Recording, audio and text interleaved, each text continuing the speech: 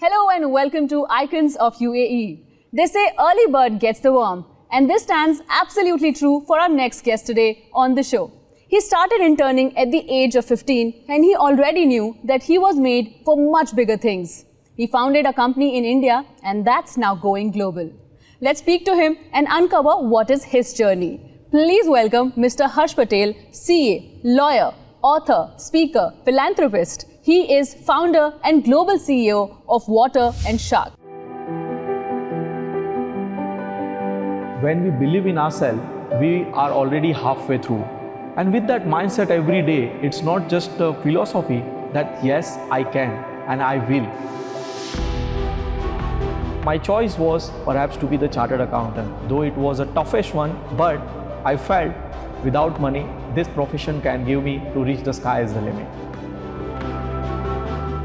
Enroll myself for an internship just to add little bit breathing space to my financial requirements of my family.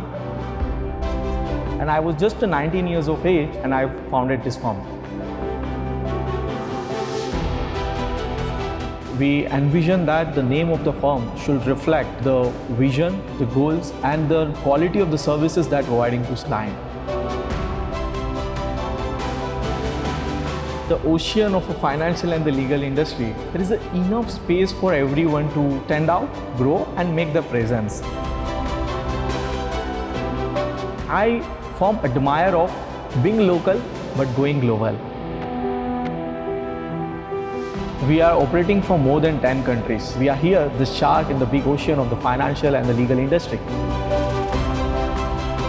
I don't want to go with the crowd. I wanted to stand out of the crowd.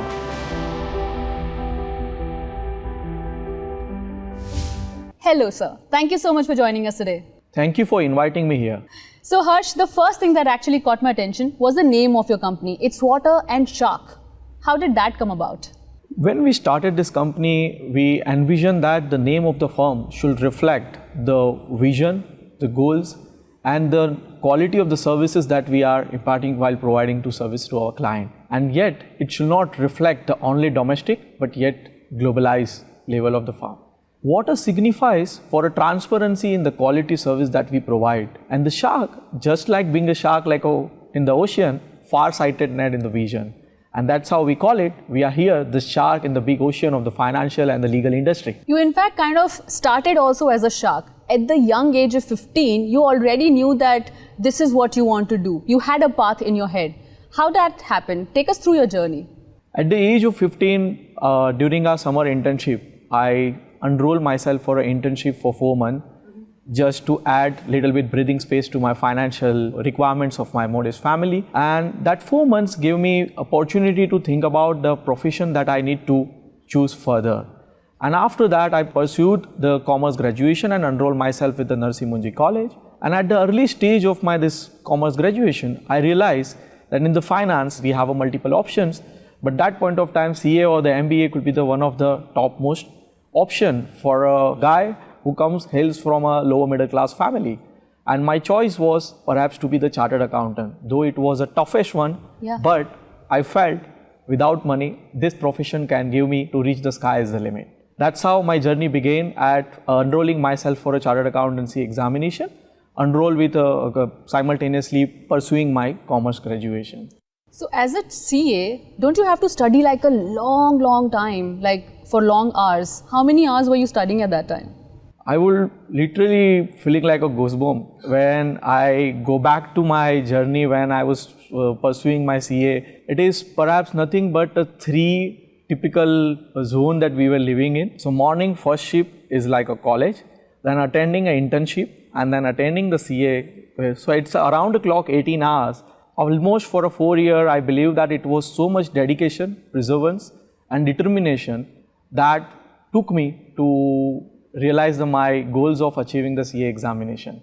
Fantastic. And then after becoming CA, you decided not to work for anyone else, but instead start your own practice, which is a very rare thing in, I think, field of CA. When I just started my CA, I was so much fascinated and at the same time I was in utter shock when I realized the almost majority of all my colleagues, those who were pursuing the CA, all wanted to sign up for internship or maybe job after CA, multinational accounting and consulting, like so-called, we call it as a big four.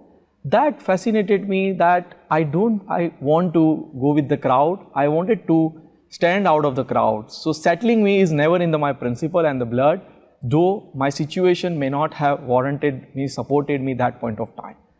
And that sparked me that why not I should take a first stand and to lay down the foundation of a flagship of a such firm, which not just to India, but perhaps to the global, I may able to give maybe after decades or somewhere, but I should start and lay down the foundation that is waterandshark as we stand today. So waterandshark was actually your first company? It is the first company which employed me by myself. That's how I call self-employment.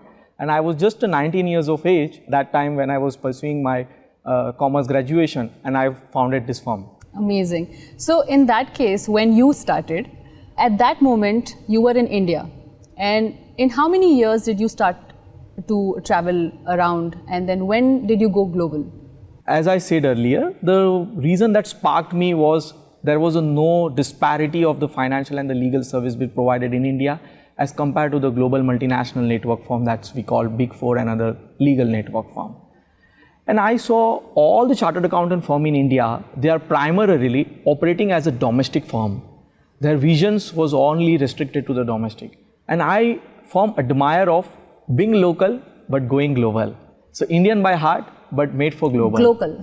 Local, that's right. With that mindset, our envisioning an idea was to lift ourselves of such a stature that we will able to compete with the global based player, so that we try to tend to learn more, and we at the end of the day, even if I fail, failure will also be the above of average, and that will put me somewhere on the global map of anywhere. While expanding abroad, perhaps one of the most important comes is investment, then infrastructure, then technology, then comes the resource, and the last, licenses to operate in all this country. Absolutely. It cannot be like just we go and just to operate. I took up a challenge. I cannot urge people and wait for the time that when foreign chartered accountant firm or law firm will join us and we become big. I said, let me take one step forward. And I used to pack my luggage for whatever that we used to do for 3-4 months. I used to take aggressive step and just like as an avid traveler, I love traveling, and the byproduct is a waterandshark expansion. So at the passion of traveling, I try to understand how these different countries ecosystem works, how the clientele, where we can add value and how we can integrate such services to our platform, and at the end of the day, we'll ended up in having our own branches across this 10 countries as we stand today. You do make it sound easy, but going global is not that easy. I'm 100% sure there is some belief system behind this, and I want to explore this right after this short break. We'll take a quick break and we'll be back on Icons of UAE. Welcome back to Icons of UAE. So Harsh, before going into the break, we spoke about your belief system. What made you believe that you could go global? When we believe in ourselves, we are already halfway through. And with that mindset every day, it's not just a philosophy, but I believe that yes, I can and I will.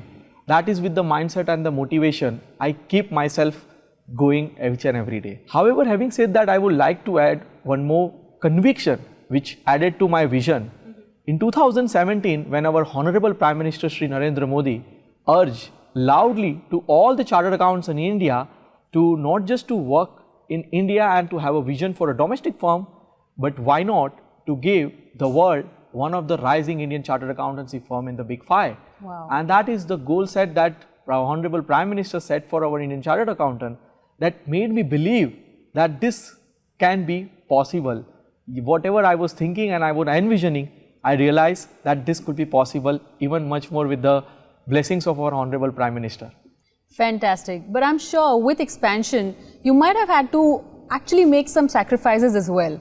So at any point in time, did you feel that you want to give up, you don't want to pursue this, and maybe just do something different?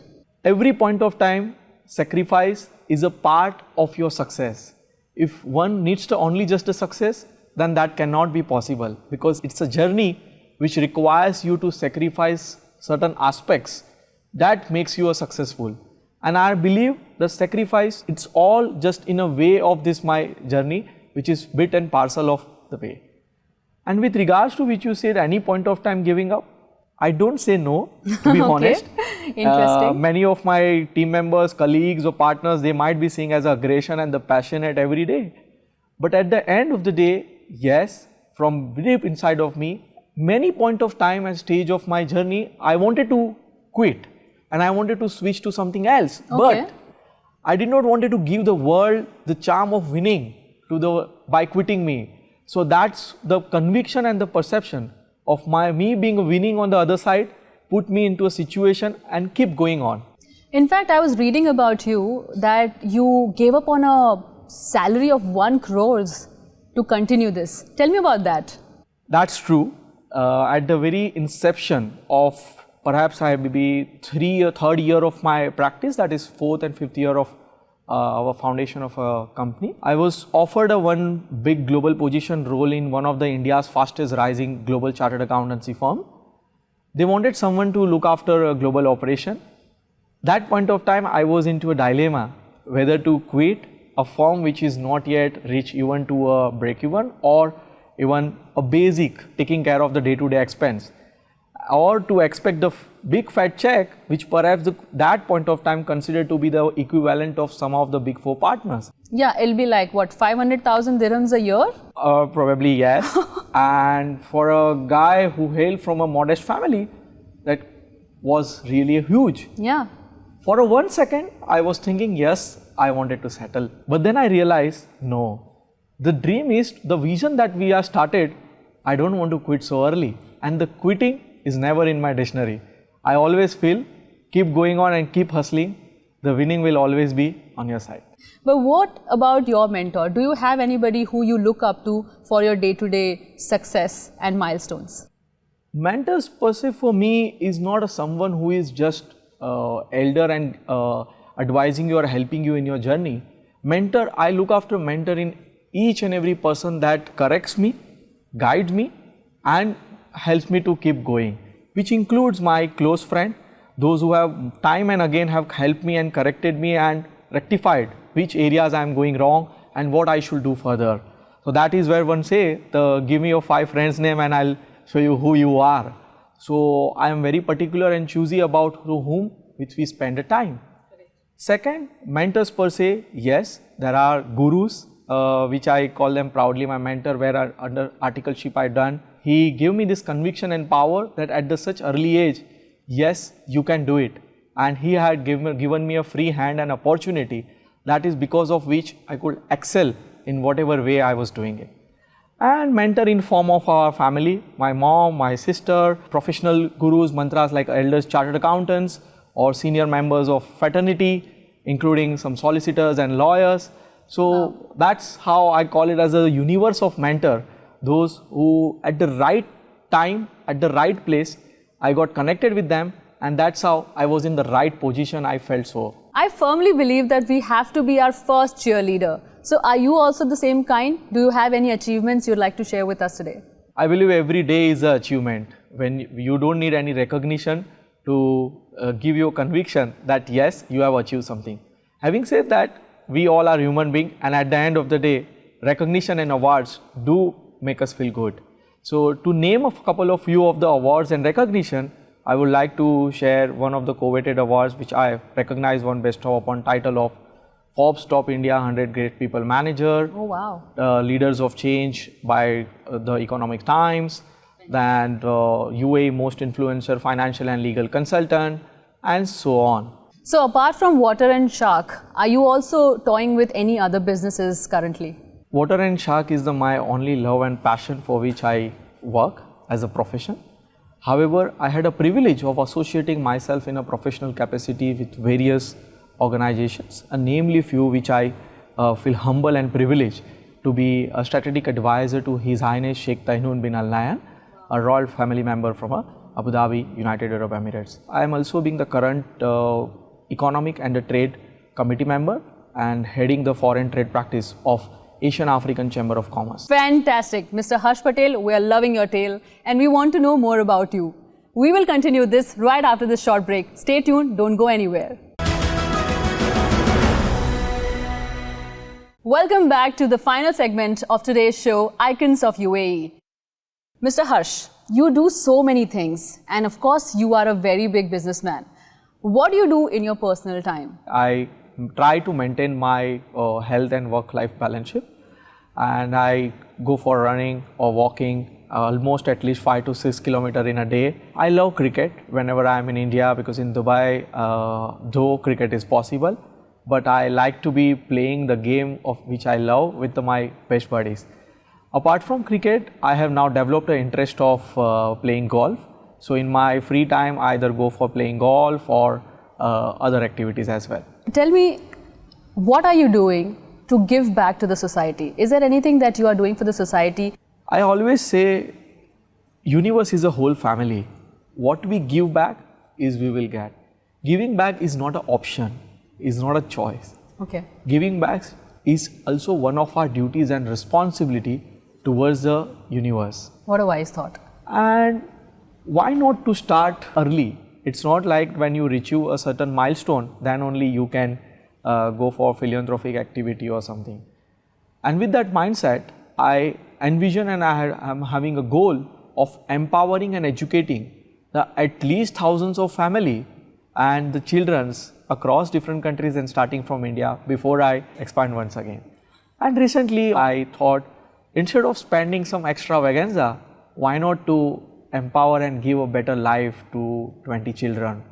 So that's the small ideas that we started, and we are now currently sponsoring the 30 children's education in India. And in the coming 3 years, our vision is to cover as much as possible, like 200 to 300 children and family. Every year.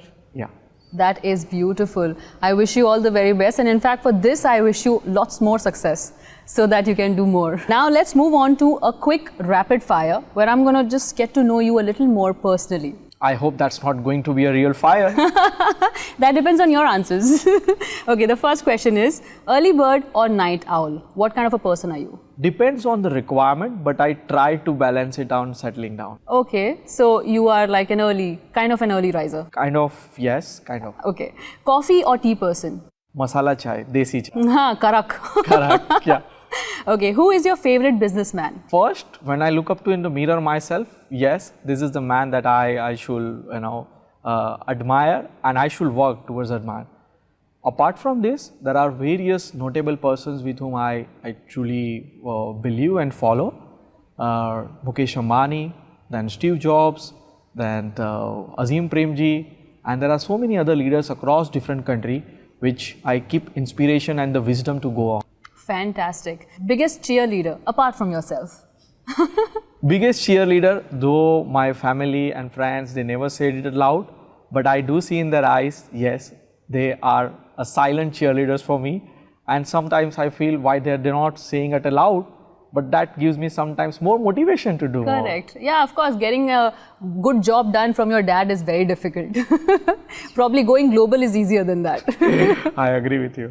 Okay, last question. Which is your favorite holiday destination? Depends on, you can say the time, depends on the which weather conditions and all. Like though UAE is now my second home, and perhaps I would like to call it as a first home in the coming time. But however, I always say like work in New York, work in a London street, and sometimes if you get time in the Singapore street, and enjoy in Dubai and vacation in Maldives or Seychelles or any such island. So Harsh, you have gone global. How many countries do you have your presence in now? We are operating from more than 10 countries. Okay. And how do you see Dubai, UAE as a hub for businesses? It's very interesting and very near to my heart when I see the UAE as an economy, and UAE when it's taking the proactive step to invite the entrepreneurs, nurturing the young talent and giving them a space, we call it as a second home. And UAE is overall as an ecosystem, I feel is a melting pot for not just for our local entrepreneurs, but more than 100 nationalities. And that is where I believe and I truly feel that UAE is an economy or the country per se where one can, if one has an ambition to make it global, then this destination can be your gateway to the global. So this should be the first one and then you move and expand somewhere else. We started from USA and eventually then UAE was a 6th or 7th country where we expanded. Fantastic. Now, you sprouted very early with your work, with your businesses. I want to know, are you going to also retire early? What is your retirement plan? I may sound arrogant, but retirement is not again in my dictionary. Unless and until the retirement is coming as a alternative option to what other things which I would like to do in my life at a later stage. Example per se, I am also more inclined towards a coaching, a business coach or a life coach and professional coaching, or maybe if given an opportunity at a later stage, I may be just thinking aloud, but spirituality is also very much dear to my heart. So if from hustle and bustle, if I am getting some time, then I may choose for that. Since you just mentioned about being a business coach or life coach later in the stage, how about giving one advice to our youngsters who want to start up and grow in their lives? First, which is very much important, that is believe in yourself and don't let anyone set your boundaries that what you can do and what you can't do. That is the most important that one should have. Second, I believe in any journey, everyone's journey is a unique. So no need to have a copy paste from someone else's entrepreneurship so that you can also succeed. But however, I would like to give them a small piece of advice like 3Ds principle, which is usually I have learned from the various notable entrepreneurs and experience in my journey as well. 3Ds that we call it as a determination, discipline and dedication that helps you to want to stick to your goals. And at the end of your journey, one should always look into that legacy should be passing on. That means innovation, inspire and then impact. Once we fulfill this, then I am sure we are creating the more future leaders. Fantastic. It was actually very, very inspiring to meet you today, to talk to you today, and I learned so much. Maybe I will also start a startup right after this. Thank you so much for joining us today. It was highly inspiring to have a chat with you. Thank you for having me here and allowing to share my journey. So that was Mr. Harsh Patel. I hope you found today's narrative as inspiring as I did. Don't forget to join us in the next episode as we continue to celebrate these remarkable icons. Until next time, this is me, Shruti, signing off. Bye-bye.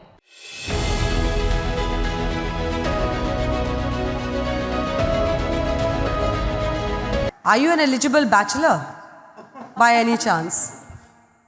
And it's amazing to see your dressing sense. Thank you, Anjana ji. I am a bit emotional today. I will skip the personal question, because I keep personal out of the profession. And I'm here today to, first of all, I would like to thank from the bottom of my heart, and I'm deeply humble as I stand here as one of the youngest icon of UAE. When I see such a stalwart of our nation, national resource of India, or so-called NRI, whatever term that Dr. Shashi Tharoor has termed as. I feel deeply humble and a sense of pride and gratitude, at the same time the profound responsibility that it comes to me along with this award. He'll ask you the question now. Let's skip the personal. I just wanted to ask you, how old are you now at the moment? 30. So presumably you're the youngest today. Does that make it easier? Or do you believe that, picture abhi baki hai, as they say? Even when this opportunity was come to me, I was a bit of surprise. Is it going to be a start of my journey or going to be the kind of, synonymous to lifetime achievement? I'm sorry, no offense to the elders in the room, but as I always say, I'm not here to settle and retire. I'm here to stand out and to give the one of the India's, as our Honorable Prime Minister's vision is, why Big Four? Why not something from our land of our motherland, which is made for the global, but make in India? That is where my dream and goal. There you go. Ladies and gentlemen, please give him a very big hand, the youngest winner today.